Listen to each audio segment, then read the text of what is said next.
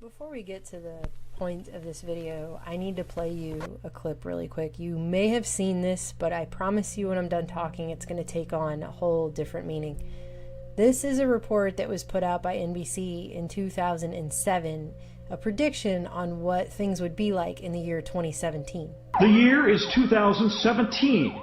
You're rushed to a hospital unconscious with no ID or medical history, but thanks to a microchip under your skin, it's all there.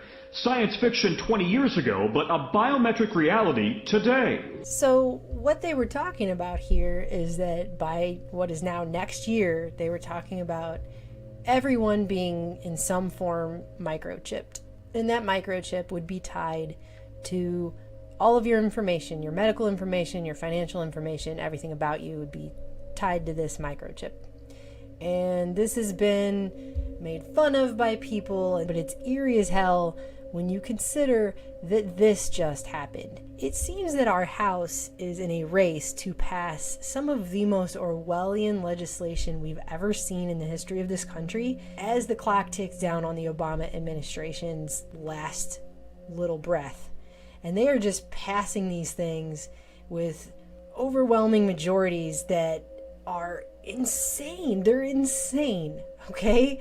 And this one is perhaps the most insane. In fact, when I saw this headline, no offense to this website, but when I saw the headline, I had to ask myself if it was fake news because I thought, oh, come on, there's no way they actually did that. And I had to actually go myself and look up this bill. This is not an Onion article. This is not Saturday Night Live skit. This actually really did just happen. So this is HR 4919, which is to reauthorize the Missing Alzheimer's Disease Patient Alert Program and promote initiatives that will reduce the risk of injury and death relating to the wandering characteristics of some children with autism. Now that sounds all good and fine, but this is an Orwellian human tracking program that could quickly and easily get out of control due to the vagueness with which this bill is written. And it mandates that the U.S. Attorney General award grants to law enforcement officials so those agencies can create, establish, and operate locative tracking technology programs. And the mission is to find, quote, individuals with forms of dementia, such as Alzheimer's disease, or children with developmental disabilities, such as autism, who have wandered from safe environments. And it would also require the Attorney General to consult with the Secretary of Health and Human Services, blah, blah, blah. But it's not under the Health and Human Services Department. It's under the U.S. Attorney General and the Department of Justice. If you go and look at the language that is in this bill, it is very ambiguous. If you go look up what a developmental disability is, I mean, you're talking about things like bipolar disorder, ADD, and ADHD are considered developmental disabilities, and you're going to start getting into some serious gray areas on what that means. Now, right now, this bill is voluntary, but listen to Rep. Gomer, because he's the only person who apparently got up and said anything negative about this bill, and he said a lot. In fact, he said so much that even as I was listening to him talk, I thought, is this a real session of Congress? Life here in Congress would be so much easier if I simply would not read the bills. This bill creates a program, a federal tracking program, and it starts with Alzheimer's patients, autism patients, but it also includes, according to the bill, developmental disabilities, and that's broad enough that you can start including all kinds of things now that the law has been passed. There is nothing anywhere in the law that prevents a parent from having something that helps that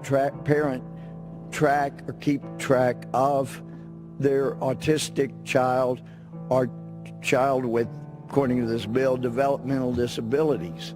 Nothing. There's nothing that keeps a guardian for using some kind of tracking methodology to keep up with someone who has Alzheimer's.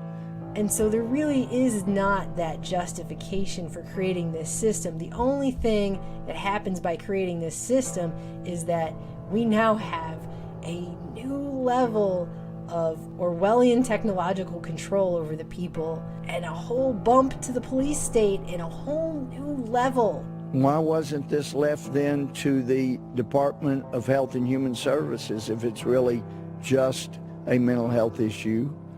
And the answer is it was left to the Attorney General, to the Department of Justice, because truth is, if it needs to expand, that's where they want it to expand. I mean, can you imagine a world where the police can decide who needs to have a microchip to be tracked? They claim in this bill down here at the bottom that there are limitations, and that the limitations are tracking data may not be used to create a federal database. But I don't know why anyone would trust that just because it says it. And secondly, that it's voluntary. Congressman Gohmert points out that would be very easy to change. We were assured that this is strictly voluntary, but once you have a program in place, it's very easy for someone to file a petition and ask a judge, such as I once was back in Texas, here's the indications. We need an order for the good of this person, safety of the public, so that this person can be tracked. And it's not just danger to themselves. The bill talks about or caused by the patient, injury that's caused by the patient or could be. And then, despite some of my friends in Congress saying, this is really not a danger, it's nothing to worry about, I get back to the office and my staff hands me an article. Well, now in Japan, they've come up with the best way of tracking people. It's by putting barcodes on fingers.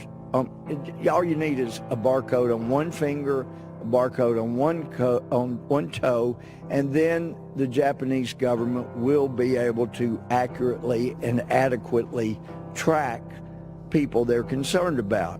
So I don't think anybody needs to be worried about the government having this Orwellian program, unless perhaps they're Christian, because the Civil Rights Commission thinks that people who talk about religious freedom, religious liberty, Christians that use words like evangelical, that those are the biggest threat perhaps for hate in America. Many in the Department of Homeland Security think the biggest threat for hate crimes, for destruction and death in America are from people who are veterans that may like the idea of the Second Amendment allowing them to keep guns. Specifically when he's talking about veterans, that's because traumatic brain injury is on the list of developmental disabilities. There are people who believe the Constitution should be literally followed, and the words that the Constitution actually says should be followed. I mean, the founders of this country would, of course, if they were around today, would be at the top of this administration's no-fly list. You believe the Constitution should be literally followed, or you believe that you should have a right to keep and bear arms under the Second Amendment, or you believe the 10th Amendment means what it says. Anybody that believes those kind of things is really a threat. Did he really just get up and say all of that and have to get up and say that? Are we really to the point now in this country where a congressman is saying these kinds of things in front of Congress? And we are. That is the point that we're at. Anybody that believes those kind of things is really a threat, according to some in this administration and some in what has become more of a permanent government. Administrations come and go, but we've got liberals that are so tolerant they want to take away the rights of anybody with whom they disagree. The blacklist experts, they talk about blacklists of the 50s, and they go beyond anything that the 50s may have had in store. This has already had a roll call in the Senate. My understanding, I was told that in the Senate, it was likewise breezed through. Somebody went on the Senate floor when other senators weren't there, maybe 2 people or so, and said, I ask unanimous consent that this bill be passed. Hearing no objection, so ordered. Not much of a vote. We didn't even have a hearing in committee. We didn't, where we bring witnesses, talk to experts, talk to people involved, see what the problem is, see if the cure is worse than the problem. And we didn't have that. We didn't have constitutional experts talk about the indications for our future freedom. I'm guessing this is just going to be one of those things that's quietly passed. There was really no objection to it. Gomer got up there and said all those things, and that's all good and fine, but it was after it was passed. There just was not enough attention paid to this bill, and it breaks my heart, and I'm not kidding, I'm not being sarcastic, and I'm afraid because of the bill's passage today, and I'm sure the president will sign it into law, gee, we get to track people we're concerned about in America. Maybe we'll use a barcode. If we can have the Attorney General, in his opinion, find that a subcutaneous chip implant is non-invasive, then we could do that. But maybe the barcode would be better than a chip. But anyway, we've passed the program. I really feel like we left the reservation a long time ago. You know how they use this vague language and they play these semantic games, and the little inch that the door is cracked open then gets kicked off the hinges. I just can't believe we're actually watching it happen. One day they'll be remembered as the ones who quietly pushed this bill through that allowed a federal government to begin tracking for the first time. Perhaps someday we'll have a Congress, before it's too late, that will back up and say, wait a minute, we are not going to be funding with federal taxpayer dollars a tracking system for American citizens. I can guarantee you the program will ultimately be used to involuntarily place tracking information on people. So those things are coming. People need to be aware of them.